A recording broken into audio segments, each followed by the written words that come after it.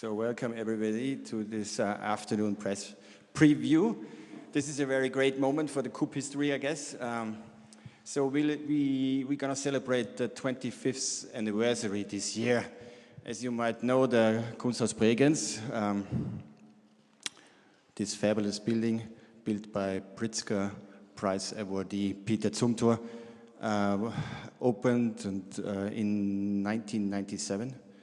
And we're going to celebrate this year with this exhibition here in Venice, but also in Bregenz during the summer with a celebration for a couple of days, and also with the opening of the next show in Bregenz with Jordan Wolfson. We are looking forward to do this show as well.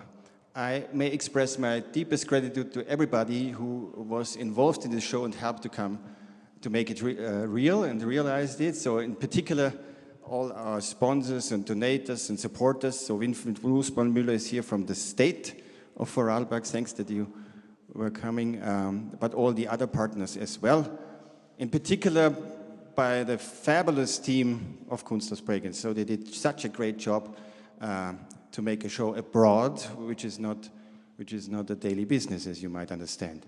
And finally, I want to thank you both, these two great artists. I'm so glad that you're here, that we realized this, and this is such a great moment for KUB history. This is Anna Boghiguian, thanks for being here, and this is Otobong Nkanga. You may clap if you want.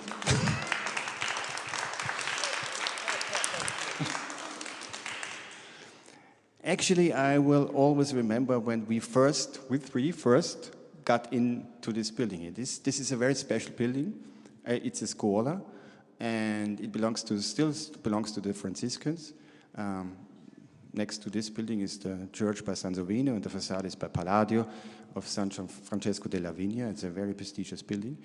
And also the cloisters, and we will use this for tonight's opening, for the celebration of tonight's opening, but also for a couple of talks with artists and also with Peter Zumthor. And Otobong has agreed to talk to Peter Zumthor on the day after tomorrow at 6:30. So you're cordially invited to attend this talk as well. What we liked immediately, that this is a kind of a cubicle. It's a rectangle square, and you have 2 floors, which is kind of standard for a Venetian scuola, and 2 stairs. And in this lower room, you have 4 columns, and it's very high.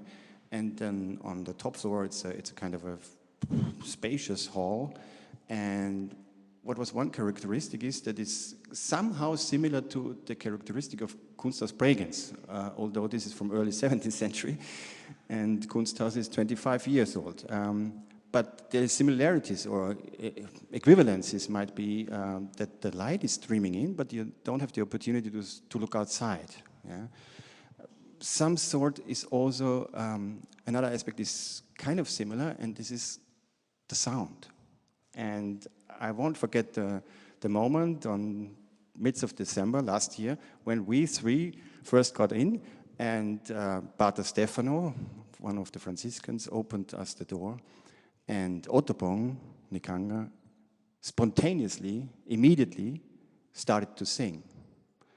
And she encountered the space not by seeing, but by hearing, not by visuality, but by sound and by the audible. And it was very interesting to me because, you know, in German we have this nice word Befindlichkeit, where I am. And this is also just the position in space, but also how you feel.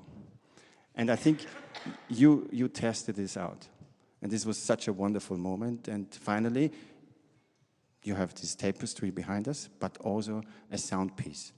And Anna Boghiguian has worked for several weeks and months on this amazing, remarkable piece upstairs. It's a chess play, but this is everything I will tell and narrate. You have to tell about your things. Otobong, you did this great show in Bregenz last winter. It was a very, very successful one, and so we are thankful that you're here again. And Anna will not just be represented here in Venice, but also will be in the lineup of KUB exhibitions. She will have her show in Bregenz in fall this year. But Otobong, can you tell what you did when you were singing? You mean when I came in? So the doors, we were waiting outside the building, and it was very cold and foggy. And that was on the 23rd of December, actually, so close to Christmas. And then the doors opened, the room was very cold, and I came in, and most times when I enter spaces, I'm always trying to understand how the sound and light, the reverberations that happens, the echoes, and I stood right here in the center. I think that was one of the first things I did, and was singing, and just to feel the sound and where it bounces off in the space. And it was something very, much more melodic, so something like, that sound, and just listening and then walking around the room and seeing how that sound worked. But I did not know that I would make a sound piece. I did not know that. I thought we would be showing upstairs together with Anna, because that was the plan of Thomas. He said, "Oh, upstairs is for both of you." And Anna was like, "No. No." Remember, Anna? And you said, "I think it's better for you, Otobong, downstairs." And she was right. Anna was totally right. Anna was already felt the space before I could even imagine or think. And with Anna, you do not fight. With Anna, you work with. And I said to Anna, "Yes, Anna." And Thomas was like, "No, upstairs is for both of you." And I was like, "Thomas, let it go." This used to be a hospice, so this has a certain history and aura, this space, and I'm actually sitting on a grave. Yes, after that experience, and I started looking around and realized that actually it's almost a tombstone. It's a place where you have bones, where you have bodies, but at the same time you have the Virgin Mary at the back. So when you go behind the tapestry, you actually see the Virgin Mary. Around the Virgin Mary, you have the people praying. And so there's this aspect to it that I felt that is quite charged, being in a space where it's almost, and you have the Cale, a cemeterio, so you have something that is really charged, and you think about death, but you also think about something, with the Virgin Mary looking up a bit, something that is projecting towards the skies. And so the space for me had that, I didn't know at that point in time how to navigate this, because it's so charged, and already it has so much presence, and what you put in a place that has already quite some presence. That was one of the questions that I was asking. And you chose one of these large-scale tapestries. Yeah, the tapestry was made, last year for Kunsthaus Bregenz, I made 4 tapestries for the 4 floors. And each of those tapestries, when you connect the 4 of them together, it made one story. But one of the things that I had decided with the Textile Museum in Tilburg, in which they had sponsored the work, was to be able to make a 5th tapestry. And that 5th tapestry for me would be the tapestry that puts together all the learning processes that I had done for the first 4. So I made this tapestry in November 2021, but I never thought about this tapestry for the space. But later on, when, as we were talking and the conversations I had with Thomas, and Thomas was also thinking it would be great to have the 5th tapestry here.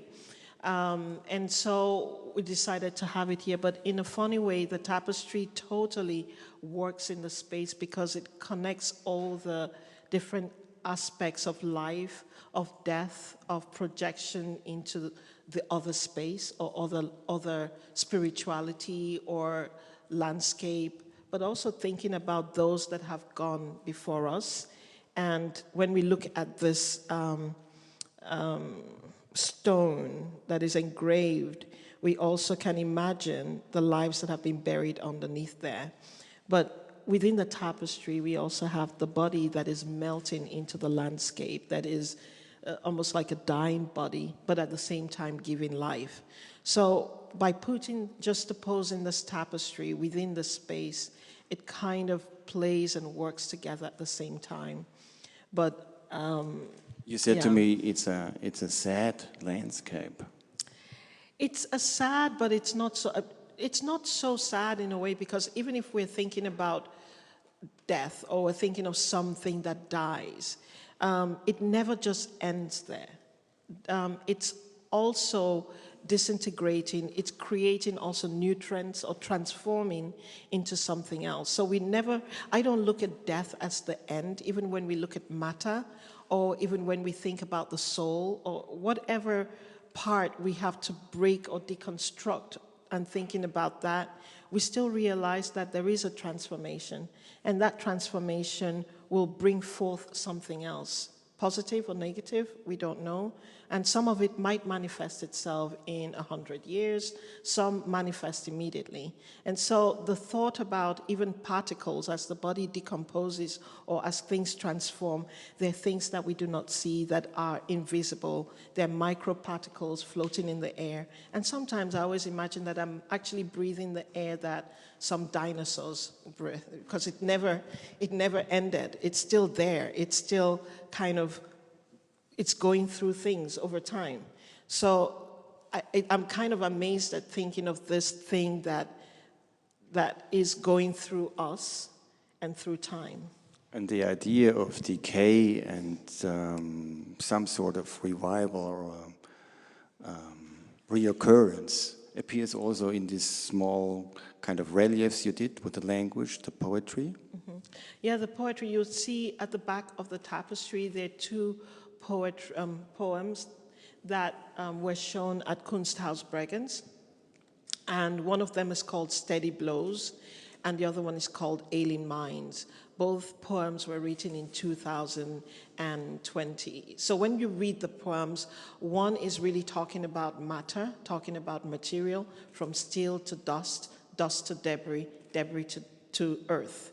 And the other one really talks about the psyche, the alien mind, the mental state, something that also is connected to a sense of death of being within a certain space. So if we imagine being connected to the world and being connected fully, but at the same time, if we're having a kind of effect with our mental state, our psyche, how does that relate to the transformations that take place? How does that relate to a certain kind of death within the realities of the world?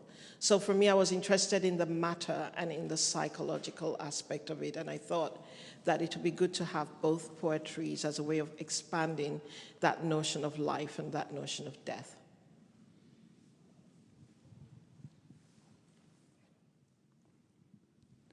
Anna, you did this chess. Tell us. Well, I have to tell you about the chess game. It's the third chess game that I'm making, because the first two, I did it in Paris for the Festival d'Automne, and it was about ambiguous politicians and philosophers. And this is the third one, and I think this is getting more concrete in my mind, because I have just chosen all Austrians except for two characters. One is Madame Bertrand, which is haute couture in Paris, and Monsieur Lionel, who was the hairdresser of Madame Antoinette. So the characters that are in my chess game are Austrians. For example, Marie Antoinette was married to the French Dauphin Louis XVI because it was necessary to have a better political situation between France and Austria. And the mother was the Empress Maria Theresa, who married her off to France. And it was very interesting, but most probably everybody else knows, that she had to cross the border by a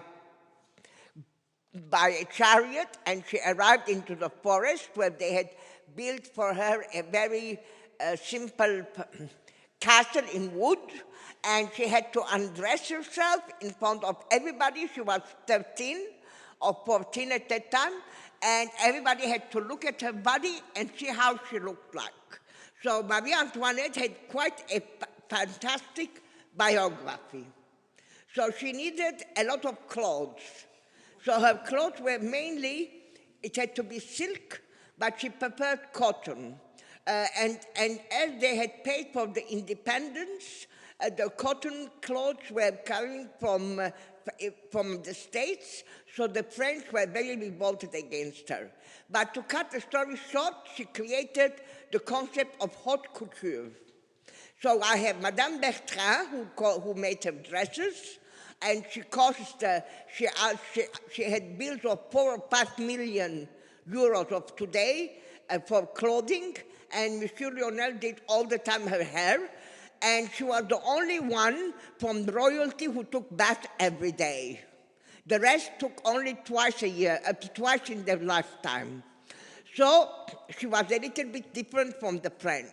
So there was her mother and her, and they passed their time writing letters. So we have Marie Antoinette, Maria Theresa. Then I have Egon Schiele, which is a painter, expressionist, and he is very important to me because he's a man who was able to who drew in the most incredibly sensitive manner. And it was like Marie Antoinette, they considered him to be perverse, sexual, etc., who also died young at 28 from Spanish flu that he contacted from his wife. So I put him in because now we have a COVID situation, and we are in a situation where the art world is changing, according to me, of course.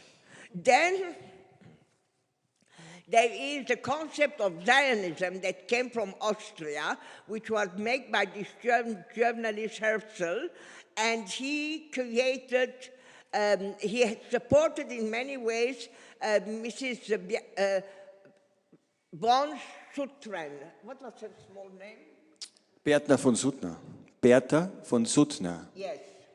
And she was supported, she was the first woman, of course, who got the Nobel Prize for peace, but she also had worked for Mr. Alfred Nobel in Paris, as I think his housekeeper or his secretary or something, and they had continued a whole lifetime correspondence, although at one time Nobel wanted to marry her. And she asked him to do the Peace Prize, and she made the disarmament. And of course she knew Ferdinand Felix, who was killed in Sarajevo by the liberalists. And the problem there of Sarajevo is not yet resolved, to my mind. And he was assassinated 1 week after she died. And she had gone to have a peace treaty, so a peace talk, but she couldn't, of course, she died of cancer. And so the First World War started, and then we have the Nazi, which also was an Austrian, who was Dr. Det, who escaped from Baden to Egypt because he knew they were going to catch him, and somehow, by some miracle, although everybody knew that he was a German, he passed unnoticed until his death in Cairo. Even his son said he didn't know his father was the same man, Albert Heim, and he changed his name to Tariq Hussein, and and he became a Muslim, and he lived in Old Cairo, and but also it is said that his residency was constantly renewed by Nasser, and he was also in his and the German embassy, that's what was written in the New York Times, had renewed his passport every year. So he was of an unknown man who was known. And besides that, so it is two different concepts we have here. One is Zionism and one is anti-Jewish, which came from the same country. Then I chose Ludwig Wittgenstein, the philosopher, Anna, the philosopher Ludwig Wittgenstein. Yes, Wittgenstein, who is as important as he is second after Plato and Aristotle, and of the past 5th century philosophical thinkers. So he lived in Austria, then went to Germany, and he studied electrical engineering, and by chance he went into philosophy. Then he moved into England, and he was a professor there, and he is a very great contributor. I would say that I have not read his books, but I've read passages of what he has written, and I also read that I cannot understand, if I bought his book and read, I would not understand a word, that it would be better to buy a guidebook. So he was in a safe side, because you don't understand him. So after that, I have this man who did Bambi, Felix Salten. Yes, and he did Bambi, and he did 2 important books in his life, I think, Bambi and a porno. And the Bambi book is supposed to be for children. So Disneyland bought it, and it was for they made a film, and the children were more terrified than anything they could have heard. I even spoke with someone I know, and she said when she was a child, she was horrified with the story of Bambi. So all these stories, what I want to say, that Austria has created situations which are very important mentally in the advancement of thought. And in many ways it has created people who are very conflicting, like they have created the woman of wanted disarmament, and then you have those who have created the war, although it was Germany and the rest of the world, but the whole situations and it's created after 1 week of her death, it's all symbolic situations. But Austria, I think, was part of Hungary, wasn't it? They were together, yeah. They formed one monarchy. Yes. Yeah. And anyway, then I took Ferdinand I, which was a mistake, because I wanted to do Ferdinand, who was the ruler of Venice, who created, at his time, there was a revolution against him, and he was epileptic. So every 5 minutes he had an epilepsy, so somebody would take care of him. He was the son of Maria Teresa. Then he was out. And so we have this, but I did a mistake. I took Ferdinand I, although they look like each other, but the cloth is different. So Ferdinand, the one of Venice, he used to dress in white. The other one wore black coat and white pants. So he was more different, and it seemed that people loved and adored him. And he was very intelligent in his own manner. So the thought that I took are those who, and then there was, of course, Freud. Freud is as important as Wittgenstein because he changed the perception of the world, and he created the concept of the unconscious and psychoanalysis. Of course, Nietzsche has something to do with all this. And of course, his assistant, who was Salome, was a very good friend of Nietzsche, and surely she passed the information to Freud, but Freud developed these concepts and created the world of psychoanalysis. So all these people are related and interrelated, and they knew each other socially and not socially. I don't know if they got along well or not, but they created a kind of a stone for the world. That's all. It's absolutely great. But for us as visitors, it's also interesting when you go up and then you walk around this piece, you ask yourself, or the question is raised, where is your position? What is your relation to this and that? And how would you find yourselves, again, this word befinden, how would you find yourself in this layout of conflicting figures? So thank you so much. I will open to you as a public. Well, I have to talk about the board. About what? The board, the floor. The floor, sure. Yes, the floor is the plexiglass and mirror plexiglass, so that the people who watch, they reflect themselves in it, but we cannot walk on it, unfortunately, because if we all walk, it will break. But you will see the surroundings, like the ceiling, the windows, all reflected in, so the whole space is reflected in this situation, so it all becomes one. Thank you for listening. Keep it. So, we would raise some questions. If you have questions, then we are happy to accept them. And if not, then, Otto, you do a short introduction to the sound piece we are going to hear afterwards, right? It's a loop, and it's absolutely great, because it's this result of the first encounter. And Otto uses all her body. He starts with the hands and is tapping her chest, and hisses with the lips and the tongues. You will hear it. Do you want to add something? I'll just say the title of the song, or of the sound piece, is Something New, Something Grew, and Something Good. And the way I was thinking about it, also in relation to the tapestry, was to create a certain kind of mantra, but a mantra that is projecting something positive, something good, something grew, and something new. And within that, the way of thinking about the sound piece was to create all the layers in the sound piece through the body. And I wanted the sound piece to be something that is very visceral, that as you're listening to it, that it also, you can connect that to your own body. And through sound, I think one is able to create that kind of reverberation, just like when I was in the space, and when you hear the sound, that echo, because sound is something that goes beyond borders, that goes beyond race, that goes beyond all kinds of barriers.